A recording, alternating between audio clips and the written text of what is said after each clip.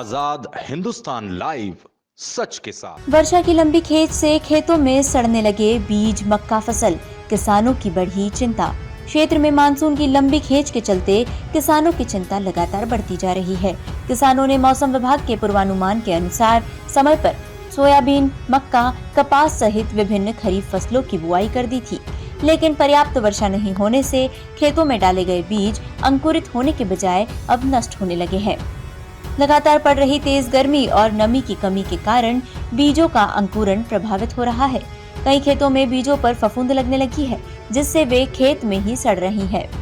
किसान आनंद हरसोला, प्रकाश सोनिस, लाला सोनिस सहित किसानों का कहना है कि यदि जल्द बारिश नहीं हुई तो दोबारा बुआई की नौबत आ सकती है, जिससे खेती की लागत कई गुना बढ़ जाएगी। मानसून की लंबी खेच के कारण खेतों में नमी समाप्त होती जा रही है। इसका सीधा असर फसलों की शुरुआती बढ़वार पर पड़ रहा है। किसान अब आसमान की ओर टकटकी लगाए अच्छी बारिश का इंतजार कर रहे हैं।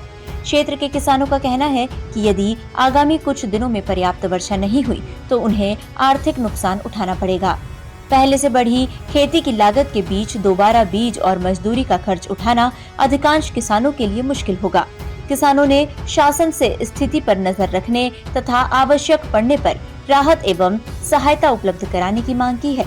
कुछ किसानों ने दोबारा बुआई शुरू कर दी है। वहीं कहने को सरकार का कृषि विभाग का कार्यालय पानसेमल में है, किंतु क्षेत्र के कृषकों को कोई मार्गदर्शन नहीं मिल रहा है। खेतिया से राजेश नाहर की रिपोर्ट। वर्षा की लंबी खेच के साथ परंपरागत रूप से कृषि करने वाले किसान अब परेशानी भोग रहे हैं।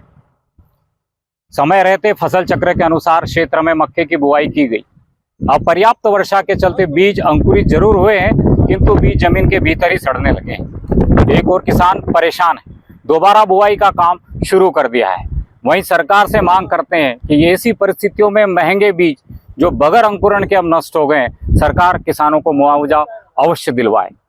आजाद हिंदुस्तान के लिए मैं राजेश नाहर, खेतिया से। मेरा नाम आनंद अफुला है।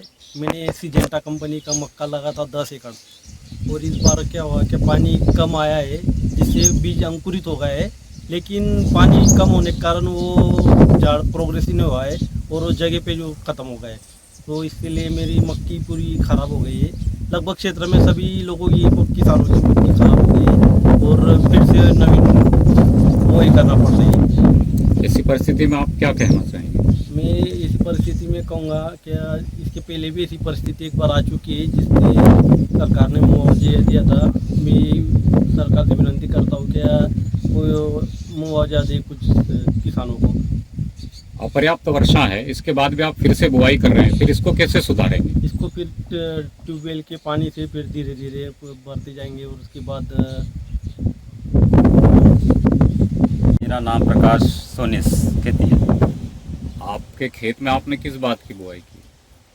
मक्की हाईटेक कंपनी की 5106, टोटल रकबा 8 एकड़ बोनी करी थी सर मैंने। क्या परिस्थिति बन रही है?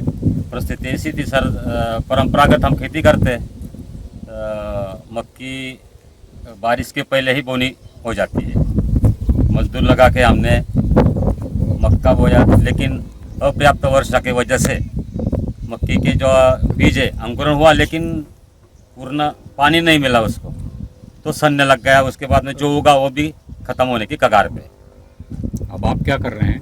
अब वापस फिर से मक्की की खेती पे मक्की ही बो रहे।